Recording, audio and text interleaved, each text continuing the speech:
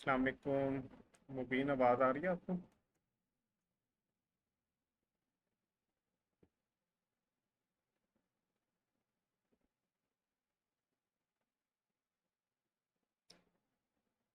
अस्सलाम वालेकुम, आवाज़ आ रही है?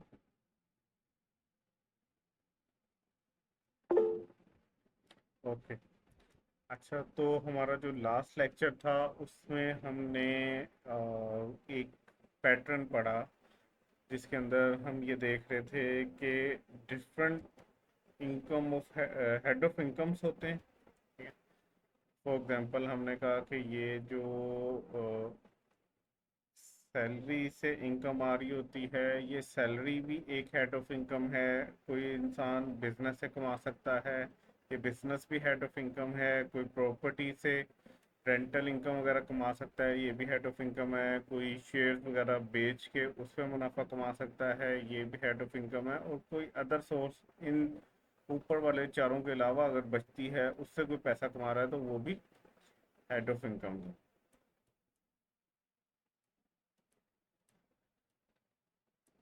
हमने कहा अगर इन पांचों हेड ऑफ इनकम से आने वाली इनकम को हम ऐड कर लें, तो हमारे पास आ जाती है टोटल इनकम। और उस टोटल इनकम में से अगर हम डिडक्टेबल अलाउंसेस को लेस कर दें, तो हमारे पास आ जाती है टैक्सेबल इनकम। अच्छा, ये टैक्सेबल इनकम का मतलब ये है कि अब आप इसके ऊपर टैक्स लगा सकते हो। पहले क्या थी, टोटल इनकम थी कि उसने कमाया कितना, उसमें से कुछ उसको डिडक्ट डिडक्ट करने की ऑप्शंस मिल गई, अलाउंस मिल गया उसको। उसको इजाज़त मिल गई कि इसमें से कुछ चीज़ें आप डिडक्ट कर लो। उसके बाद जो उसके बाद बचा, उसको हमने कहा कि ये टैक्सेबल इनकम है। अब इस टैक्सेबल इनकम के ऊपर आपने रेट अप्लाई करना है। ठीक है, जो भी रेट होगा, वो रेट अप्लाई करने के बाद आपके पास जो है वो टैक्स लायबिलिटी आ जाएगी, जिसमें से आपने लेस कर देना होता है टैक्स क्रेडिट को। उसके बाद आपके पास टैक्स पेएबल आ जाता है, जो आपने पे करना है गवर्नमेंट को। ठीक है, तो ये कल हम देख रहे थे। इसमें से कोई क्वेश्चन है तो मुबीन पूछ लो वो आप।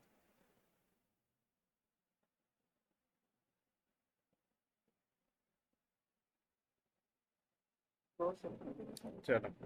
अच्छा, कल हमने ना एक और चीज़ पढ़ी कि हमने कहा कि जो कंपनीज है ना, कंपनी के ऊपर जो है वो ये टैक्स का रेट अप्लाई होता है। ठीक है। अच्छा, अब होता क्या है कि टैक्स जो है ना वो डिफरेंट तरीक़ों से लगाया जा सकता है। अगर आपको याद होना तो आपने पीआरसी की इकोनॉमिक्स में पढ़ा होगा कि डिफरेंट टाइप्स का टैक्स हो सकता है। एक को रिग्रेसिव कहते थे, एक को प्रोग्रेसिव कहते थे, एक को प्रोपोर्शनल टैक्स कहते थे। ठीक है, अब मुझे नहीं याद आपको याद है कि नहीं याद। ठीक है, तो ये तीन तरह का टैक्स होता है। मतलब हम इसको ज़्यादा डिटेल में नहीं जाएंगे, ये हमारा उसका जो है ना पॉइंट ऑफ डिस्कशन नहीं है, बट मैं आपको थोड़ा सा आइडिया देता हूँ। देखो, फॉर एग्जांपल दो कंपनीज हैं। एक कंपनी है ए बी सी एंड, चलो A B C private limited. ठीक है, A B C private limited ने पूरे साल के अंदर जो टैक्सेबल इनकम कमाई, यानी कि जो इसका हम आसान अल्फाज में कह लेते हैं कि प्रॉफिट था, वो उसने कमाया 100 रुपी। ठीक है। फिर एक है सी डी ई लिमिटेड, ये लिस्टेड कंपनी है, बहुत बड़ी कंपनी है। इसने पूरे साल में कमाया 10,000। ठीक है, इसने 100 कमाया, इसने 10,000 कमाया। अच्छा, अब इनकम टैक्स ऑर्डिनेंस कहता है कि इसकी ये टैक्सेबल इनकम है, इसकी ये टैक्सेबल इनकम है। आपने चुप करके इसके ऊपर ये रेट अप्लाई करना है, जो भी टैक्स बनेगा वो आपने टैक्स दे देना है। ठीक है, तो हम इसको मल्टीप्लाई करवा देते हैं 29% से। तो इसकी टैक्स, इसका टैक्स पेएबल जो आ रहा होगा, वो आ रहा होगा 29 रुपीज़। इसका जो है, इसको भी हमने 29 से मल्टीप्लाई करना है, क्योंकि रेट ही एक दिया हुआ है कि कंपनी के केस में रेट एक है। ठीक है, तो इसका टैक्स बन गया 2,900।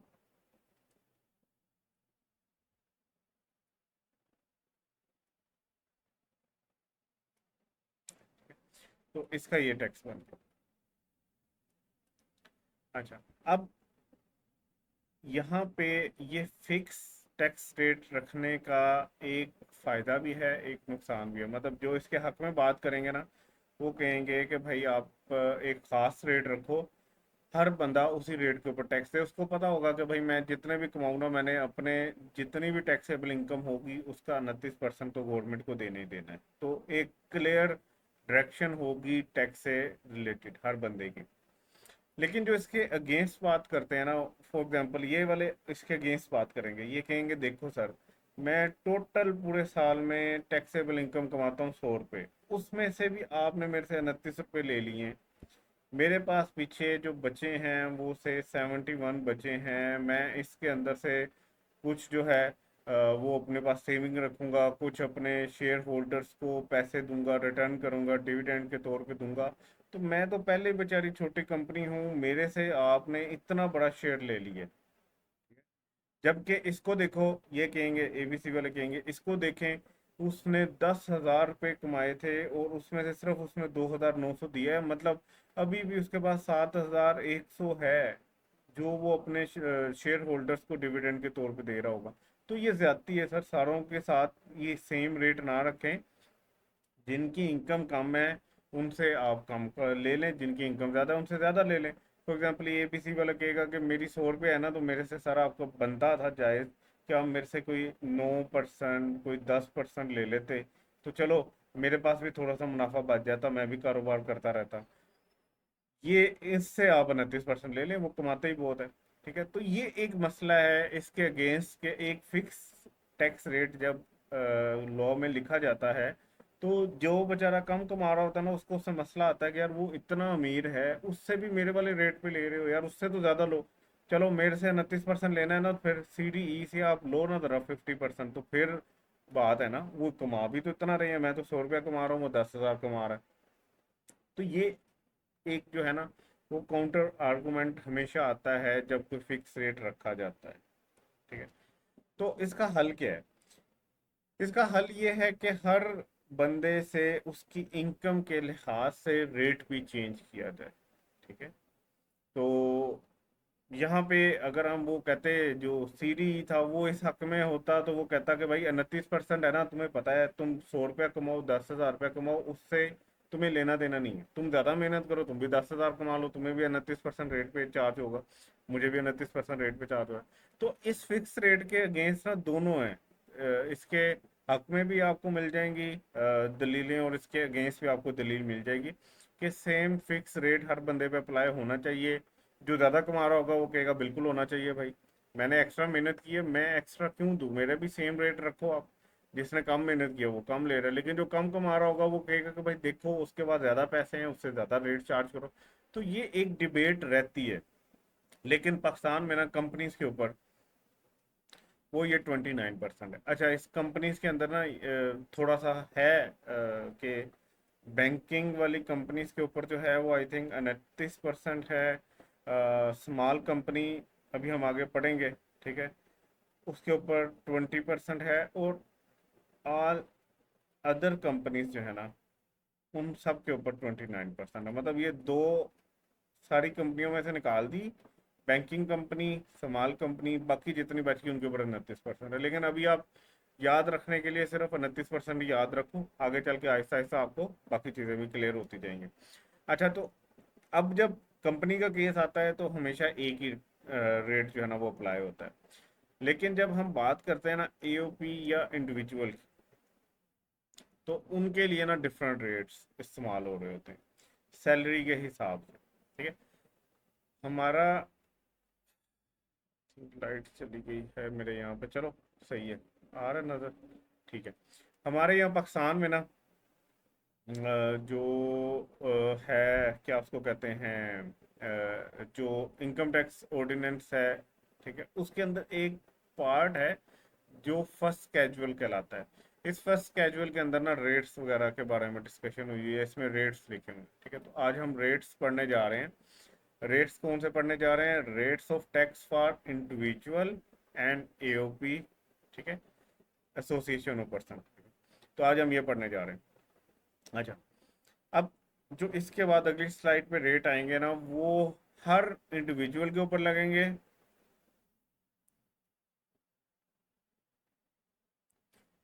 जो सैलरीड नहीं है, जो सैलरीड नहीं है, ठीक है। अब ये क्वेश्चन रह गया कि सैलरीड कौन होगा और नॉन सैलरीड कौन होगा, ये देख लेते हैं, ठीक है।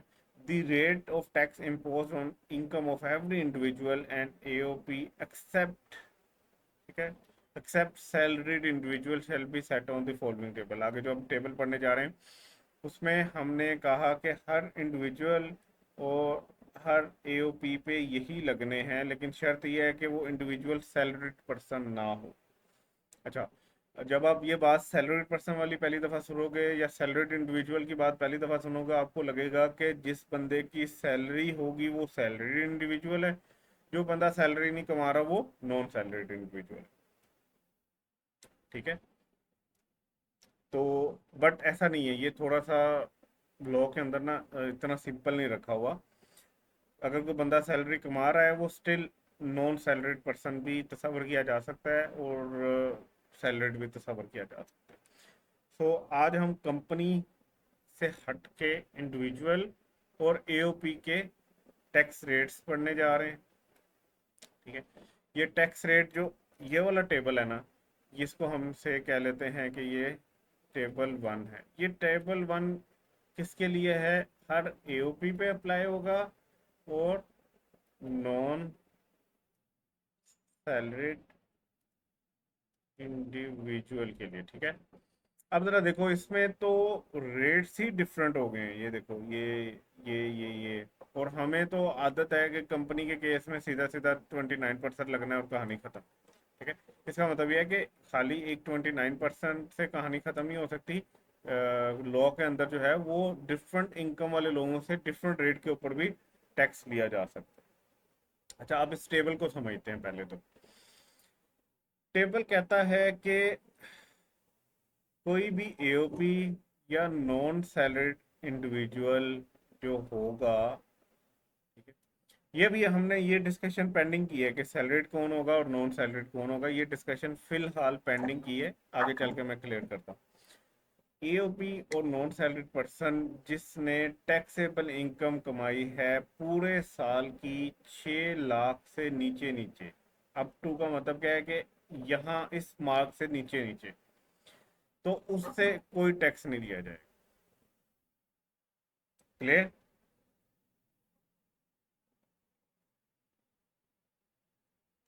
ठीक है मुबीन। अच्छा, चलिए एक बार ये बता दीजिए नॉन सैलरीड इंडिविजुअल्स क्या होते यार मैंने अभी आज जानबूझ के ना इसको पेंडिंग छोड़ा है। मैं आपको ना ये बिल्कुल समझाता हूँ कि क्या होते हैं। मैं थोड़ा सा ना इसको डिले कर रहा हूँ ताकि आपको दोनों टेबल समझा दूँ और फिर उसके बाद नो आपको आसान अल्फाज में बता देता हूँ कि यार ये वो लोग होते हैं जो सैलरी के साथ साथ ना अपनी कमाई का मेजर हिस्सा किसी दूसरे सोर्स ऑफ इनकम से कमा रहे होते हैं। से ये जॉब तो शायद कर रहा हो, या हो सकता है जॉब बिल्कुल ही ना कर रहा हो, लेकिन ये बिजनेस से कमा रहा होगा, या इसकी प्रॉपर्टी बहुत ज़्यादा होगी, इसको वहां से बहुत ज़्यादा पैसा आ रहा होगा, तो उसको हम नॉन सैलरीड इंडिविजुअल कहते हैं। इसकी डेफिनेशन की तरफ हम जाएंगे। जो एग्जैक्ट है ना वर्डिंग, वो मैं आहिस्ता आहिस्ता लेके चलूंगा, अभी मैं वो नहीं बता रहा। अभी हम कह रहे हैं कि एओपी और हर वो बंदा जो नॉन सैलरीड है उसको टैक्स कैसे लगाना है। तो भाई जिसकी टैक्सेबल इनकम जो है वो कम है 6 लाख से, उसको 0% पे टैक्स चार्ज करना है, मतलब उससे कोई टैक्स नहीं लेना, ठीक है। जिस बंदे की 6 लाख से ज्यादा है, मतलब 6 लाख 1 हजार, सॉरी 6 लाख 1 रुपया भी हो गई, और 12 लाख से कम हो, मतलब 12 लाख से 1 रुपया भी कम हो, और 6 लाख से 1 रुपया भी ज्यादा हो, तो वो इस स्लैब में आ जाएगा। अच्छा, ये स्लैब्स कहलाते हैं डिफरेंट। ये एक स्लैब है, ये स्लैब है, ये स्लैब है, ये स्लैब है। आपने देखना होता है कि आप किस स्लैब में फॉल कर रहे हो। तो अगर तो आपने पूरे साल में 6 लाख से कम कमाया है तो आप इस स्लैब में फॉल कर रहे हो, आपसे कोई टैक्स नहीं लिया जाएगा। अगर आपने 6 लाख से ज्यादा लेकिन 12 लाख से कम कमाया है तो आपसे 15% लिया जाएगा।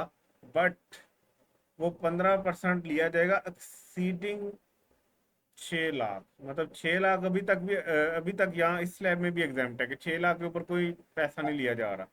जितना आपने 6 लाख से ऊपर कमाया होगा उसके ऊपर आपको 15% टैक्स देना पड़ेगा। अच्छा, कैलकुलेटर है ना आपके पास? Yes sir. चलो, मुझे आपने बताना है कि एक एओपी है, उसकी टैक्सेबल इनकम है 7,50,000। अब जरा बताओ वो किस स्लैब में आ रही है? सर ये आएगा ये 15% वाला। हाँ, 15%, ये सेकंड रो वाले स्लैब में आ रही है, ठीक है। अब जरा इसके ऊपर लगा के दिखाओ मुझे टैक्स के, ये जो बात कहता है वो कहता है 15% अमाउंट एक्सीडिंग 6 लाख। ये जरा मुझे निकाल के दिखाओ,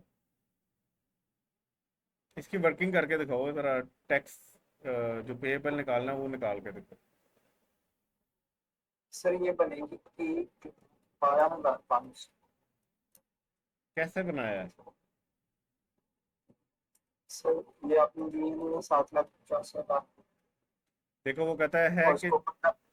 ये 7,50,000 है ना, इसमें से वो कहता है एक्सीडिंग 6 लाख पे लगेगी। इसका मतलब ये है कि मैं 7,50,000 से 6 लाख निकाल दूं, जितनी अमाउंट बचेगी उसके ऊपर मैंने 15% टैक्स चार्ज कर। अब निकालो। सर ये 6 माइनस इसमें से।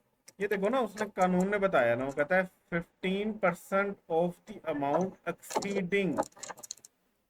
एक्सीडिंग का मतलब होता है जो 6 लाख से ज्यादा है, सिर्फ उस अमाउंट के ऊपर हमें टैक्स दो।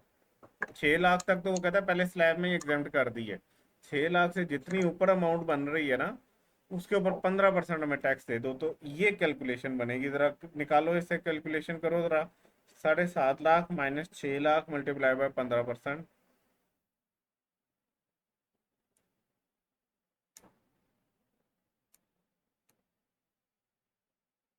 ये बनेगा 22,500। 22,500।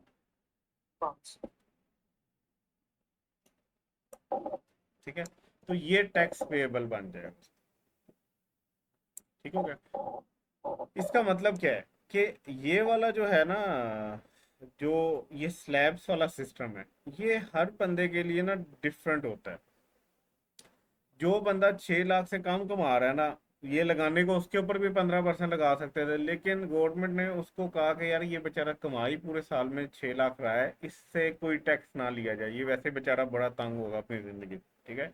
हाँ, जो 6 लाख से ऊपर कमा रहा है, वो 12 लाख से नीचे कमा रहा है, उससे 15% ले लेते हैं उस अमाउंट के ऊपर जो 6 लाख से एक्सीड कर रही है। एक्सीड का मतलब होता है जो बढ़ रही है। ठीक है। अच्छा, फिर सवाल आता है कि जो 12 लाख से ऊपर चले गए, मतलब जिनकी इनकम 12 लाख से ऊपर है और 16 लाख से कम है, उनके लिए एक अलग स्लैब बनाया गया। उनसे कहा गया कि आपसे भाई हम 90,000 फिक्स लेंगे, 90,000 तो आपने देने ही देना है, plus 20% on amount exceeding 12 million. मतलब ये वाली, इससे जितना ऊपर जा रहे हो ना, उतना आपका टैक्स रेट भी बढ़ता जा रहा है। ठीक है, अब इसको समझना है आपने। 12 लाख से 16 लाख का एक स्लैब बन गया। इसको टैक्स कैसे लगेगा?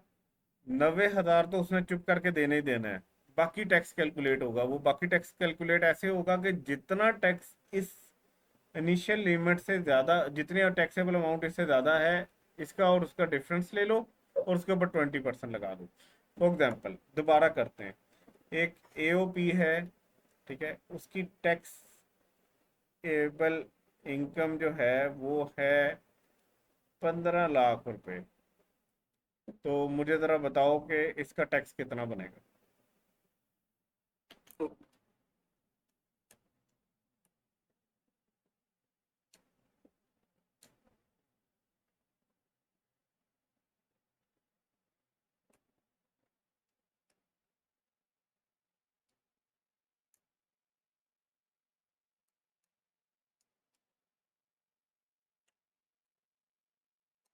ये बनेगा 1,50,000। अच्छा, ये कैसे बनाया आपने? 90,000 तो उसने देने ही देना है, प्लस सर ये जो आपने 15 लाख किया था जी, यानी कि इसको इसको इसमें से लेस कर दिया 12 लाख। ठीक है, जो बच गया उसको हमने 20% से मल्टीप्लाई करना है, तो आपके पास आंसर आ जाएगा। अच्छा, 15 लाख माइनस 12 लाख, 3 लाख आ गया। 3 लाख मल्टीप्लाइड बाई 20% कितना बन गया?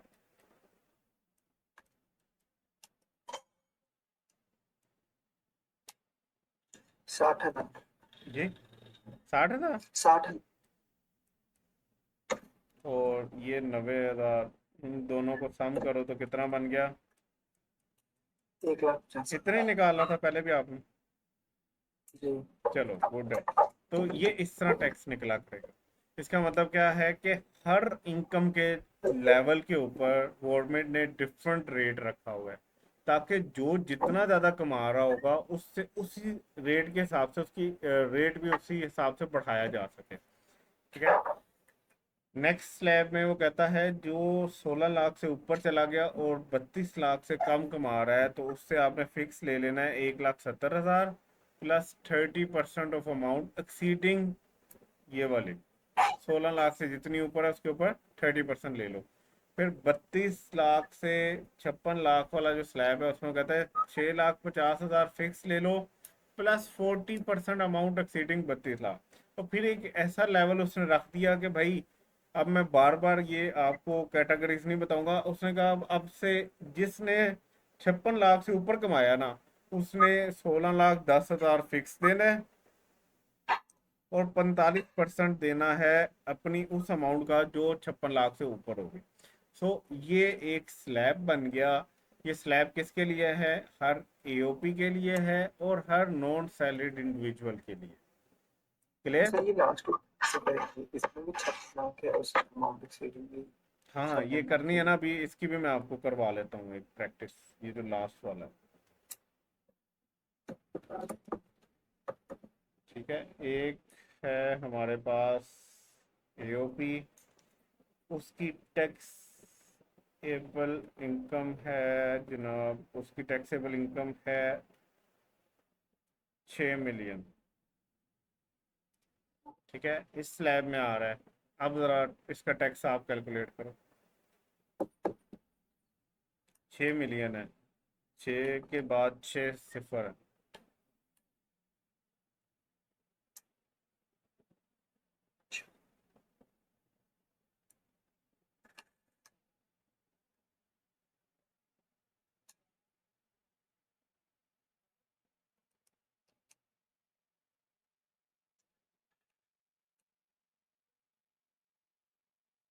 सर ये बनेगा 1,79,000।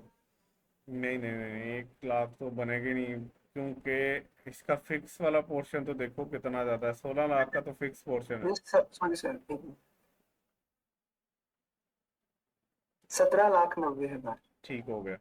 ये वाला जो इसका आ रहा था 6 मिलियन माइनस 5.6 मिलियन, और इसको मल्टीप्लाई हमने करना था कितने से? 45% से। इसका आंसर क्या आया? ये बेसिकली बच गया ना 4 लाख, ये 4 लाख। मल्टीप्लाइड बाय 45%, तो कितना बन गया? 1,80,000। 1,80,000। 80,000।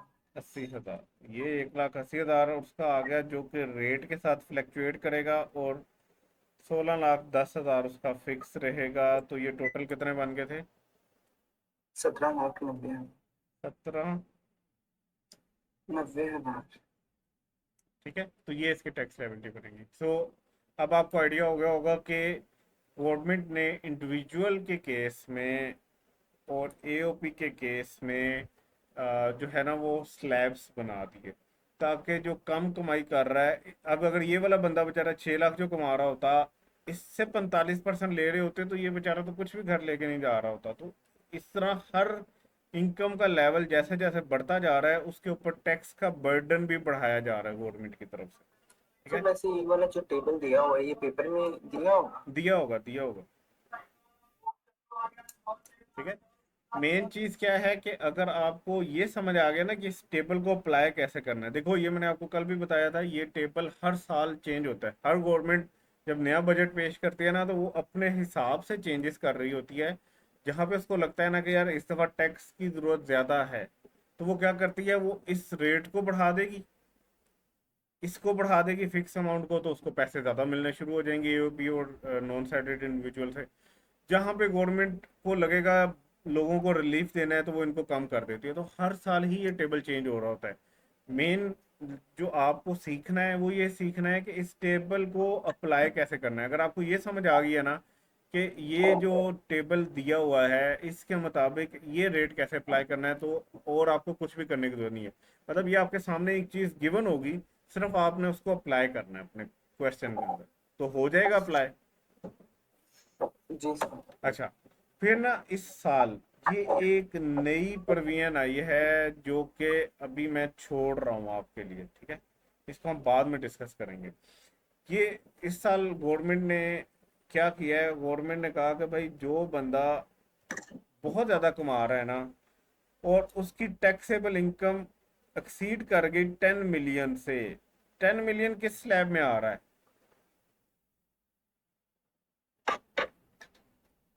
ये दूसरे वाली। इसमें नहीं, 10 मिलियन है, 1 मिलियन नहीं है, 10 मिलियन। ये एक तो किसी वाले में नहीं है। यार इस स्लैब में आएगा ना, देखो मुबीन, अबव 5.6 का मतलब है कि 5.6 से आगे जितनी भी हैं फिगर्स, वो सारे इसी में फॉल करेंगे आखिरी स्लैब में।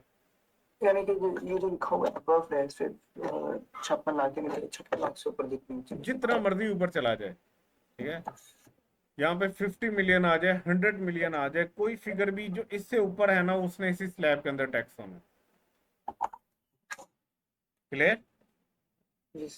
अच्छा, गवर्नमेंट ने ये किया है कि जिस बंदे की, इंडिविजुअल की या एओपी की इनकम एक्सीड हो रही है 10 मिलियन से, ठीक है, टैक्सेबल इनकम, टैक्सेबल इनकम जिसके ऊपर रेट लगता है, तो उसने 10% ऑन टैक्स पेएबल भी देना है। मतलब उसने एक तो इस स्लैब को फॉलो करना ही करना है, जो उसका टैक्स बनेगा ना, उसने मजीद उसमें 10% देना, ठीक है। तो अभी हम इसको इतना ज़्यादा कंफ्यूज नहीं करते, आहिस्ता आहिस्ता इसको लेके चलेंगे। ये पिछले कुछ सालों में ऐसी कोई प्रोविजन नहीं थी, इस साल ये जो है ना इनकम टैक्स में डाली गई है, तो ये एक नई चीज़ है।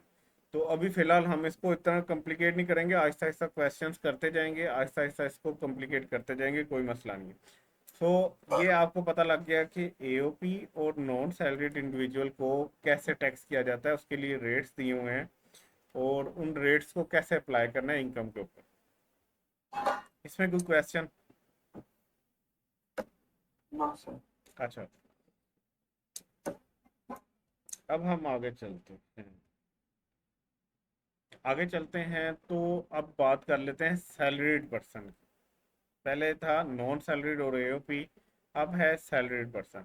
सैलरीड पर्सन वो होता है जिसकी सैलरी जो होती है ना, वो एक्सीड कर जाए 75% ऑफ टैक्सेबल इनकम। मतलब उसने डिफरेंट इनकम के हेड से कमाया, अगर जो भी उसने कमाया है उसका 75% जो है वो सैलरी से कम है, मतलब सैलरी उससे एक्सीड कर गई है, उसने मेजर पोर्शन ऑफ अपनी टैक्सेबल इनकम जो है वो सैलरी से कमाया है, तो वो सैलरीड पर्सन कहलाएगा।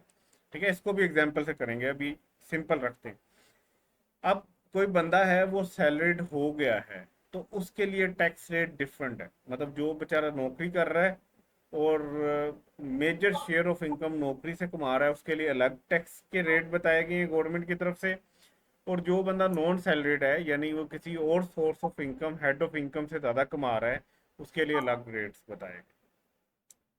क्लियर? जी सर। अच्छा, सैलरीड, जी जी। सैलरी इंडिविजुअल यानी कि किस जगह से कमा रहा है नौकरी वगैरह करके। हम्म, तो नॉन सैलरी फिर यानी कि इसके ऑपोजिट होगा, यानी कि उसने कोई अपना बिजनेस वगैरह में इन्वेस्ट किया हो, या उसने फिर ऐसे बिजनेस में इन्वेस्ट किया हो, उस उसने प्रॉपर्टी उसका। हो उसके पास, वो शेयर्स लेके बेच रहा हो, ठीक है। हो सकता है छोटी मोटी जॉब भी करता हो, लेकिन मेजर शेयर कहाँ से आ रहा है, अदर देन सैलरी इनकम से आ रहा है। मेजर शेयर का मतलब क्या है कि उसकी टैक्सेबल इनकम का 75% जो है वो सैलरी से नहीं आ रहा, ठीक है, वो किसी और सोर्स से आ रहा है। यानी कि इसने अगर अपनी प्रॉपर्टी वगैरह भी रेंट पे दी होगी तो वो भी नॉन सैलरी। हाँ, मैं अभी इसकी कैलकुलेशन करना सिखाऊंगा आपको कि सैलरीड और नॉन सैलरीड में हमने फ़र्क कैसे करना है। ठीक है, जी सर। अभी हम सिंपल टेबल समझते हैं कि सैलरीड वाला टेबल क्या कहता है और नॉन सैलरीड वाला क्या कहता है। आसानी के लिए सैलरीड वाला वो बंदा है जो अपनी ज़्यादातर कमाई जो है ना वो जॉब करके हासिल कर रहा है। ठीक है, उसको कहा गया कि 6 लाख तक तुमसे कोई पैसा नहीं लिया जाएगा। ठीक है, अप टू 6 लाख उसको ज़ीरो रेट पे टैक्स किया जा रहा है। इसका मतलब यह है कि कोई पैसा नहीं वो देगा। 6 लाख से ऊपर और 12 लाख से नीचे उसको 5% देना है। ठीक है, ऑफ अमाउंट एक्सीडिंग 6 लाख। ठीक है, फिर जो 12 लाख से ऊपर चला गया लेकिन 22 लाख से कम कमा रहा है उसने 30,000 फिक्स देना है और 15% देना है अमाउंट एक्सीडिंग 1.2 मिलियन। इससे ऊपर जितनी अमाउंट होगी उस पर 15% उसने देना है। फिर जो 22 लाख से ऊपर चला गया लेकिन 32 लाख से कम है उसने 1,80,000 फिक्स देना है और 25% जो है अमाउंट एक्सीडिंग 2.2 मिलियन। फिर जो 32 लाख से ऊपर चला गया लेकिन 41 लाख से नीचे है उसने 4,30,000 फिक्स देना है, 30% एक्सीडिंग 3.2। ठीक है, इससे एक्सीडिंग के ऊपर वो 3.2 ले रहा है। और जो भी 4.1 मिलियन से ऊपर जाता है उसने 7 लाख तो फिक्स देना है, बाकी अमाउंट के ऊपर 35% देना है जो एक्सीड कर रही होगी 4.1 मिलियन। अब छोटी छोटी एक दो एग्जांपल्स करते हैं ताकि आपको समझ आए। एक आपने सर मुझे इसकी बता, कैलकुलेशन सर कैसी होगी? मैं वही कर रहा हूँ, ये सेम अभी जो हमने ये सीखा है यार सेम डीटो है। मतलब सेम उसी तरह स्लैब्स बने हुए हैं, बस रेट पे फर्क है। यहाँ पे जो रेट है वो फर्क है, बाकी स्लैब्स ऑलमोस्ट मिलते जुलते। ठीक है, अभी हम कर जी लेते हैं सर। ना। एक बंदा है मिस्टर खान। ठीक है, मिस्टर खान ने सैलरी कमाई है और सैलरी कमाने के बाद उसकी टैक्सेबल इनकम जो है वो बन गई है पूरे साल की 4,20,000।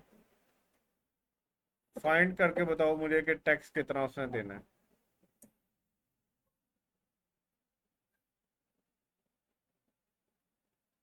एक बार दोबारा 4,30,000 है इसके अंदर हाँ सर। जी, 4,20,000 तो सर पे टैक्स लगेगा? नौ सर। नहीं लगेगा क्योंकि ये तो इस स्लैब में आ रहा है ना। अप टू सर 6 लाख मतलब 6 लाख से कम है। इसकी सैलरी 6 लाख से कम है तो इसके ऊपर अगर आप इसके ऊपर मल्टीप्लाई बाय 0% से करोगे तो टैक्स जीरो ही बनेगा। ठीक है, तो ये तो बिल्कुल ठीक हो गया। अब हम बात कर लेते हैं कि एक और बंदा है। ठीक है, और वो जो बंदा है उसकी उसका नाम है, उसका नाम है मिस्टर मिस्टर नवाज। ठीक है, नवाज शरीफ। ये कमा रहा है टैक्सेबल सैलरी जो है, ये टैक्सेबल सैलरी है इसकी 72000000। ठीक है, टैक्सेबल इनकम है इसकी 7.2 मिलियन। फाइंड करके दो आप मुझे टैक्स कितना लगेगा इसके ऊपर।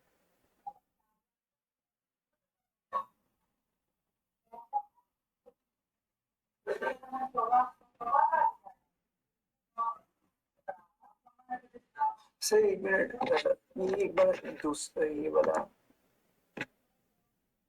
पूछो पूछो। ये दूसरा एक बार दोबारा बताइएगा। ये वाला, हाँ ये वाला। इसका मतलब ये है कि जिसका 6 लाख से ऊपर सैलरी है और 12 लाख से नीचे सैलरी है वो इस स्लैब में आएंगे। तो सर इसमें इसकी यानी कि 6 लाख से ऊपर हो गई है, तो यानी कि ये इसकी छह अगर लाख नहीं है सैलरी, ना, ये देखो ये 6 लाख नहीं है, ये तो 72 लाख है। तो सर इसको 4.1 मिलियन से माइनस करें। हाँ, पहले तो आइडेंटिफाई ये करना है कि ये स्लैब किस में आ रही है। देखो ये 6 लाख वाले में नहीं आ रहा, ये इसमें नहीं आ रहा, ये इसमें नहीं आ रहा, ये इसमें नहीं आ रहा, ये इसमें नहीं आ रहा, ये इसमें आ रहा है। कि जो भी अमाउंट अबव है 4.1 मिलियन से, इससे ऊपर जितनी भी अमाउंट है वो इस स्लैब में आया करेगी। ठीक है, इस स्लैब में आएगी। सबसे पहले तो आपने ये करना होता है कि सैलरी टैक्सेबल इनकम जो है उसको जब भी आपके सामने आएगी ना, टैक्सेबल इनकम जिसके ऊपर रेट अप्लाई करना है, तो आपने स्लैब आइडेंटिफाई करना है। यहाँ पे हमने स्लैब आइडेंटिफाई कर लिया कि ये स्लैब में आएगा क्योंकि ये 4.1 मिलियन से ज़्यादा है। अब सवाल आता है कि इसके ऊपर टैक्स कैसे लगाना है। तो ये लिखा हुआ है कि उसने इतना फिक्स देना है और इतना देना है अमाउंट एक्सीडिंग 4.1 मिलियन। तो टैक्स लगना किस स्लैब में है वो आपको यहाँ से इसको देख के पता लगेगा। लगाना कैसे है वो आपको इस वाले कॉलम से पता लगता है, इसमें जो रोज सर बनी हुई है उससे। इसका ये लास्ट वाले का जो टैक्स बन रहा है ये बन रहा है 17,85,000। अच्छा अभी देख लेते हैं। 7 लाख तो इसने फिक्स देना है, ठीक है। प्लस इसने कितना देना है, 72 लाख माइनस 41 लाख। जो वैल्यू आएगी उसको मल्टीप्लाई करना है हमने 35%। ठीक है, तो कितना आंसर आता है? सर इसका आएगा 35 लाख। 35 लाख इसने टैक्स दे देना, ठीक है। सही हो गया। जी सर। अच्छा मैंने 35 लाख 31। अच्छा मैंने मेरे पास अभी फिलहाल कैलकुलेटर नहीं पड़ा, तो मैं आपकी कैलकुलेशन को ही अज्यूम करते हुए चल रहा हूँ कि आप ये सही कर रहे हो, ठीक है। तो सर मेन 31 लाख में और ये बनेगा 10,85,000। 35%। कितना बनेगा? 10,85,000। 10,85,000 85,000। ये बनेगा। सर नहीं, पहले से पहले आएगा 10 फिर 85,000। अच्छा ये आ गया ना, 7 लाख फिक्स था और बाकी जो था वो 3,85,000। इसका इसका आंसर आ गया। जी, और इसमें अब 7 लाख है। ठीक हो गया।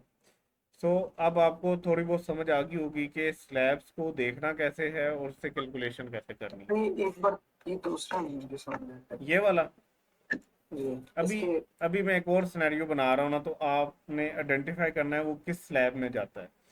मिस्टर जरदारी मिस्टर जरदारी एक बंदा है, उसकी टैक्सेबल इनकम है जनाब, उसकी टैक्सेबल इनकम है 17,50,000, 1.75 मिलियन, ठीक है। अब बताओ ये किस स्लैब में आएगा। पहला क्वेश्चन तो ये हमेशा उठना है कि ये किस स्लैब में आएगा। सही आएगा थर्ड में। थर्ड में कैसे पता लगा? क्योंकि अब इसकी है इनकम 17,50,000। थर्ड वाले में कह रहा है 12 लाख से ऊपर और 12 22 लाख। लाख से ऊपर और इससे नीचे, बिल्कुल ठीक। तो यही तो यहाँ पे भी लिखा हुआ है कि 6 लाख से ऊपर और 12 लाख से नीचे। सर अगर फर्ज करें अगर ये दूसरे वाले सेट में ये आ जाता है कि इसकी इनकम है 6,50,000, यानी हम्म। कि 6 लाख तो ऊपर ही है, फिर हम्म। सर इसको 6 लाख माइनस करेंगे। बिल्कुल। मैं कहता हूँ कि एक बंदा है जिसकी 6 लाख 1 रुपया भी है, वो भी इसी स्लैब में आ जाएगा,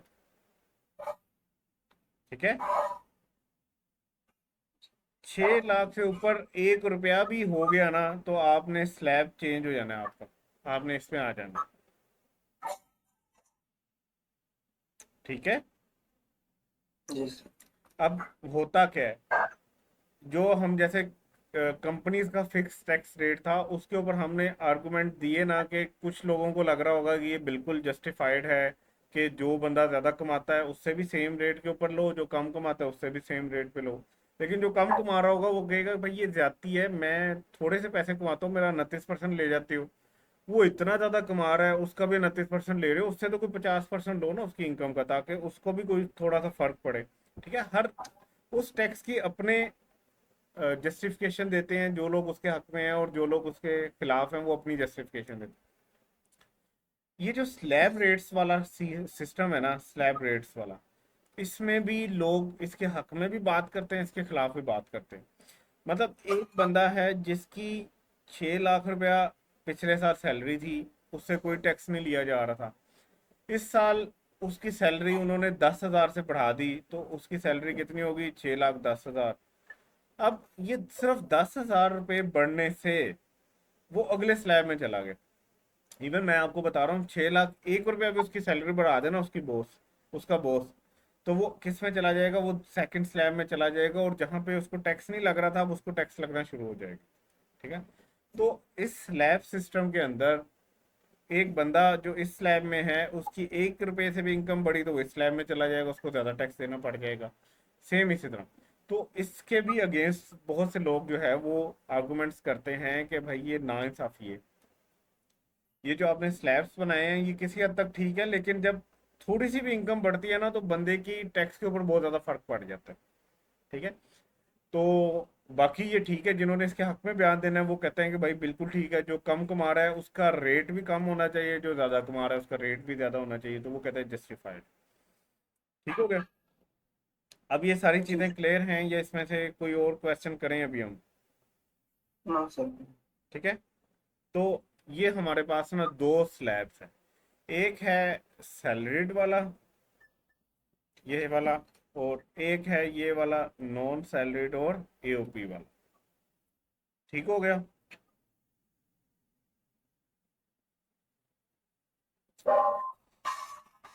अच्छा, अब ना हम एक एग्जांपल करते हैं।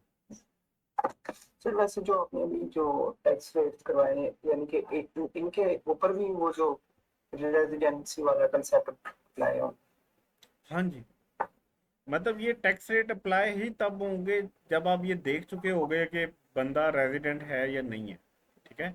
पहले आप ये देखोगे कि बंदा रेजिडेंट है या नहीं है।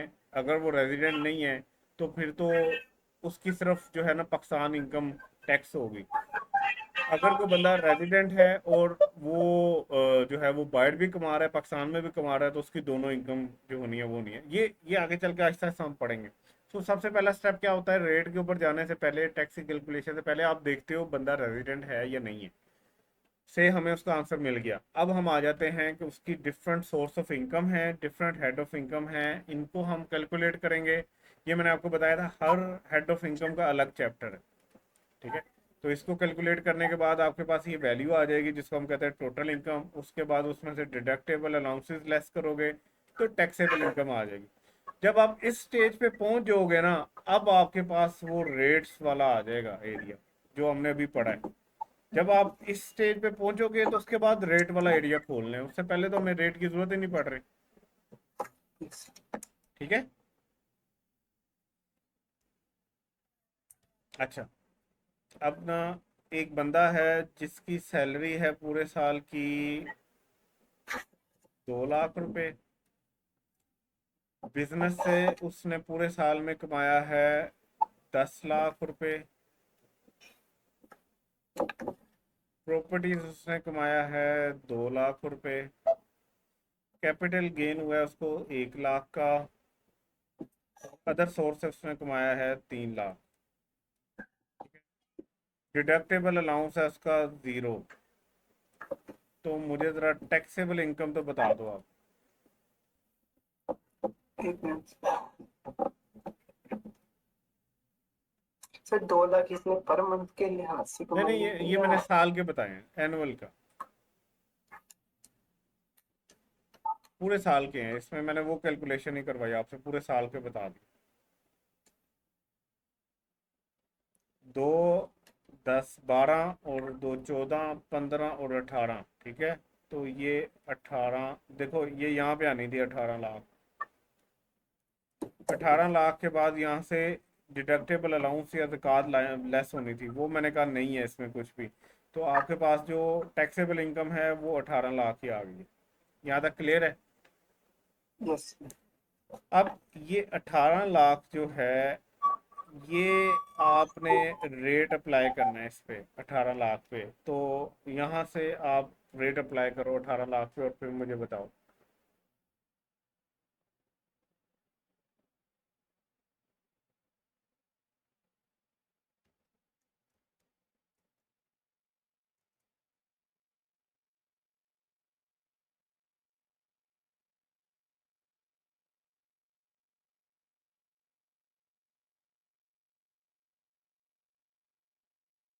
सर ये इसमें आएगा 32 लाख। इसमें ये फोर्थ वाला। इसमें जी बिल्कुल सही कह रहे हो, अब इसके ऊपर टैक्स लगाओ ना। 1,70,000 तो फिक्स आ जाएगा इसका, प्लस 18 लाख था ना, 18 लाख माइनस 16 लाख, और इसका जो डिफरेंस आएगा उसमें टैक्स रेट रखना है 30%। तो ये आंसर बता दो।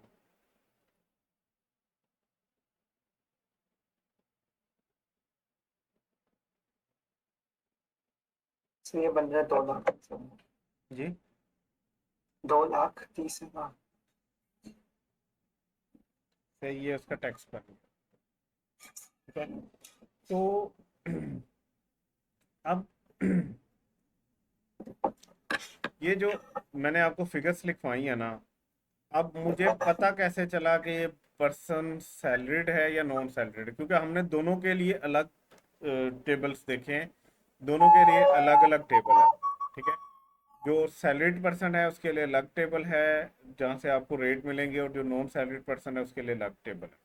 अब सवाल आता है कि ये पता कैसे चलेगा कि किस बंदे के ऊपर ये जो है ना वो कौन सा टेबल लगना। ठीक है, या तो ये वाला टेबल लगेगा, ये वाला टेबल 1, या ये टेबल 2 लगेगा। तो इसका आंसर ये है कि सैलरीड पर्सन कौन होता है। सैलरीड पर्सन होता है एक individual whose income from salary exceeds 70% of taxable income in a tax year will be considered as salaried person। ठीक है, टैक्सेबल इनकम है एक बंदे की से 1,000 रुपया। ठीक है, उस टैक्सेबल इनकम का, ये टैक्सेबल इनकम ऐसे ही आई होगी ना कि इसमें सैलरी आई होगी, बिजनेस इनकम आई होगी, ये सारे मिला के इधर पहुंचे होंगे। एक बंदे की टैक्सेबल इनकम है 1,000 रुपया, उसमें से उसने सैलरी से कमाया है 500। अब हमने ये बताना है कि ये बंदा सैलरीड है कि नहीं है। आप बताओ, ये इस डेफिनेशन को देखते हुए ये सैलरीड है कि नहीं है। क्वेश्चन करवाया है, जी ये जो आपने अभी क्वेश्चन करवाया इसको देखते हुए तो नहीं है सही, हाँ, देखो क्योंकि अपने पास 70% होना चाहिए सेवेंटी टैक्सेबल। फाइव परसेंट अगर ये 75% से कम है तो ये नॉन सैलरीड है। ठीक है, अगर ये इससे ज़्यादा है तो ये सैलरीड है। अब हमने हर क्वेश्चन में जब टैक्सेबल इनकम के ऊपर पहुंचना है ना, जैसे ये वाला क्वेश्चन था जिसमें हम 18 लाख के ऊपर पहुंच गए थे, तो टैक्स रेट अप्लाई करने से पहले हमने एक छोटी सी कैलकुलेशन करनी है। हमने कैलकुलेशन करनी है कि हमने इस 18 लाख का 75% कैलकुलेट कर लेना है। जरा निकालना 18 लाख का 75%। सर ये 13,50,000 बन गए। 13,50,000। ठीक है, 50। अब ये 13,50,000 क्या इस सैलरी से ज़्यादा है या कम है। ठीक है, तो सैलरी तो इसकी सिर्फ 2 लाख है। इसका मतलब यह है कि इसकी सैलरी टैक्सेबल इनकम की 75% से कम है, तो ये कौन सा टैक्स रेट पे जाएगा, नॉन सैलरीड वाले में। ठीक है, Yes। अब ये क्लियर हो गया चीज कि सैलरीड और नॉन सैलरीड कौन होंगे। अब एक और छोटी सी एग्जांपल ले लेते हैं। सैलरी है एक बंदे की से 15 लाख पूरे साल की, उसकी बिजनेस इनकम है 1 लाख रुपया। ठीक है, प्रॉपर्टी इनकम जो है उसकी कोई नहीं है। कैपिटल गेन जो है वो भी उसने पूरे साल में कोई नहीं कमाया। देखो ये पॉसिबल है ना, हर बंदा तो सारे हेड्स नहीं यूज कर रहा होगा, जो जो वो कमा रहा है हमने उसमें फिल करना है। अदर सोर्स से उसने पूरे साल में कुछ भी नहीं कमाया, तो उसकी टोटल इनकम कितनी होगी। तो ये 16 लाख। 16 लाख। ठीक है, इस 16 लाख में से उसने जक़ात दी, से कि हम कहते हैं उसने ज़कात दी 5 या 1 लाख की ज़कात कर लेते हैं। ठीक है, उसने ज़कात दी 1 लाख की, तो कितने बच गए टैक्सेबल इनकम,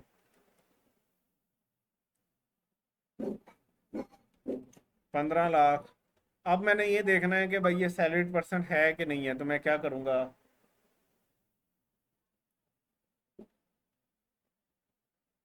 75%। मैं 15 लाख का 75% लूँगा, कि कितना बनता है, कितना बनता है।